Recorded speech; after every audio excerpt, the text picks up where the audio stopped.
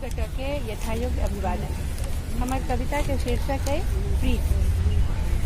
विरह मानिनी नायिका के विफलता से उपजैत उपराग छे।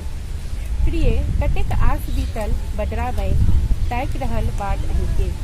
नेहक मुँह बनल अहाँ के स्नेह, अहीं के प्रण नैन में बसल।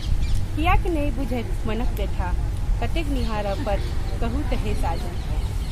तो जवाब है हे सजनी, नहीं चकोरा के चान अहाँ, नहीं मृगनैनी अहाँ, नहीं अलौकिक सौंदर्य अहाँ।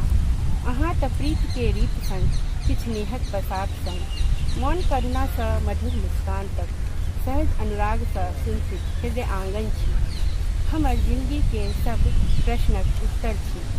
अहीं के प्रति समर्पित हमर जीवनक गीत। नहीं कोनो सौंदर्य, नहीं कोनो पाती, अहाँ के सादृश्य।